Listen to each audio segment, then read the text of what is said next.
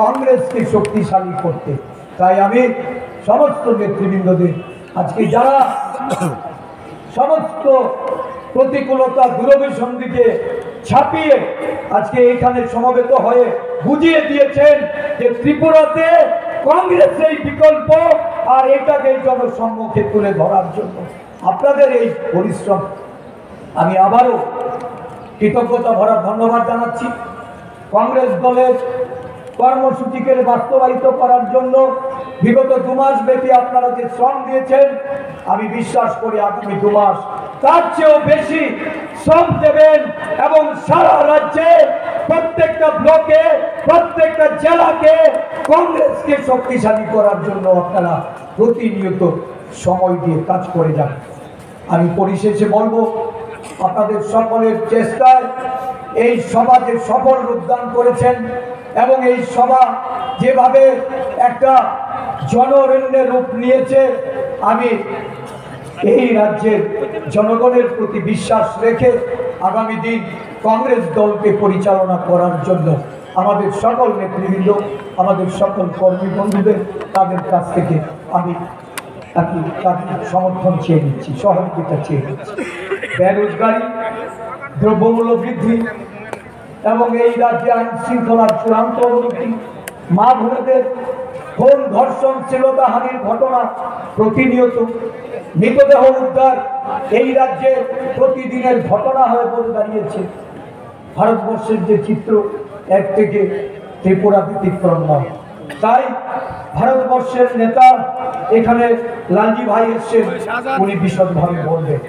আপনারা আপনাদের আজকের এই সভা আমরা বিগত 2 মাস ধরে বিভিন্ন জেলায় আমাদের বিভাগ, আমাদের বিভিন্ন সেল এবং আমাদের বিভিন্ন শাখা সংগঠনের তাদেরকে নিয়ে রাজ্য কনভেনশন আমরা সংগঠিত করি। সেই কনভেনশন থেকে যে আওয়াজ উঠেছে, সেই কনভেনশনের মূল যে লক্ষ্য, ভারতবর্ষের সংবিধানকে যারা দুর্বল করতে চায়, বিলুপ্ত করে দিতে চায়, সংবিধানের উপর কাটাছেঁড়া করে যারা সংবিধানকে তার যে প্রদত্ত ক্ষমতা, তার মৌলিক অধিকার, তার সংরক্ষণের অধিকার, এই সংবিধান মূলে ভারতবর্ষের মানুষ তার ভাষাগত, তার পরিধানগত, তার খাদ্যাভ্যাসগত, তার কথা বলার যে অধিকার বর্তমানে বিজেপি সরকার ক্ষমতাসীন হয়ে বিগত 10 বছরের অধিকার যারা কেড়ে নিতে চেয়েছে, তার প্রতিবাদ করে ভারতবর্ষের জাতীয় কংগ্রেসের নেতা মল্লিকার্জুন খার্গেজি এবং আমাদের বিধানসভার বিরোধী দলনেতা দেশের জননায়ক রাহুল গান্ধীজি আজকে সারা দেশব্যাপী যে গণজাগরণ তৈরি করেছে, এই গণজাগরণ ত্রিপুরার বুকেও আছড়ে পড়েছে।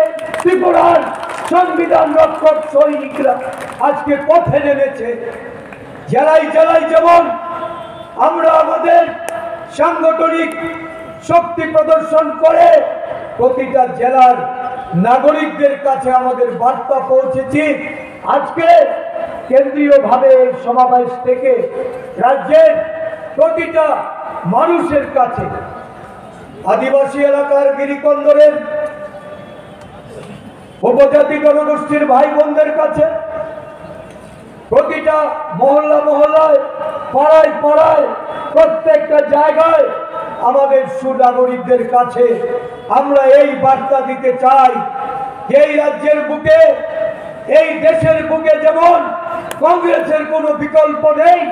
সংবিধানকে আঁকড়ে ধরে সংবিধান বাঁচানোর জন্য যে লড়াই জাতীয় কংগ্রেস করছে, আজকে এই রাজ্যে গণতন্ত্র পুনরুদ্ধার করতে, সংবিধান বাঁচাতে, সংরক্ষণকে মান্যতা দিতে কংগ্রেস দল, ত্রিপুরা প্রদেশ কংগ্রেসের নেতৃত্বে দল যারা আস্তাবল মাঠে শোধ করতে গিয়ে নিজেদের অবস্থান পরিষ্কার হয়ে গেছে, তারা বুঝে গেছেন পায়ের তলার জমি সরে যাচ্ছে, মানুষের সমর্থন ধীরে ধীরে সেই দলের প্রতি এটা দুর্বল হচ্ছে।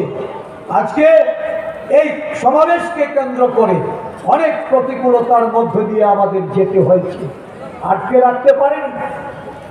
আমাদের কর্মীদের নানাভাবে ভয়ভীতি দেখানো হয়েছে, বিভিন্ন সভায় আক্রমণ করার পরিস্থিতি তৈরি করেছে। গতকাল কাকরাবনে আমাদের উদয়পুর জেলার সভাপতি সহ আমাদের কর্মীদের উপর আক্রমণ হানার চেষ্টা করেছে, গাড়ি ভাঙচুর করেছে। কর্মীদের ভয়ভীতি প্রদর্শন করার পরেও কেউ থেমে থাকেনি। আজকে যোগেন্দ্রনগর বাজারঘাট থেকে আসবে গাড়ি ঠিক করেছিলাম, গাড়িগুলি বাতিল করে দেওয়া হয়েছে। এখান থেকে গাড়ি পাঠিয়েছিলাম, সেই গাড়িগুলিকেও রাস্তা থেকে ফিরিয়ে দিয়েছে। ভয় পেয়েছে বিজেপি, ভয় পেয়েছে বলেই কংগ্রেসের সভা আসলামের চেষ্টা করে।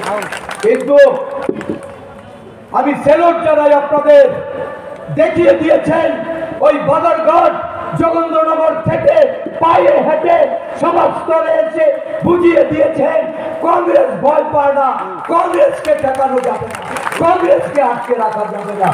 আর কংগ্রেসকে যেন ঠেকানো না যায়, কংগ্রেস যেন জনগণের দরজায় পৌঁছতে পারে, সেই লক্ষ্যে এই সবার পর আপনাদের কাছে আমি বিনীতভাবে অনুরোধ করব, ত্রিপুরা রাজ্যে কংগ্রেস শক্তিশালী না, এই অপশক্তিকে ঠেকানো যাবে না, মানুষকে বাঁচানো যাবে না, গণতন্ত্রকে বাঁচানো যাবে না।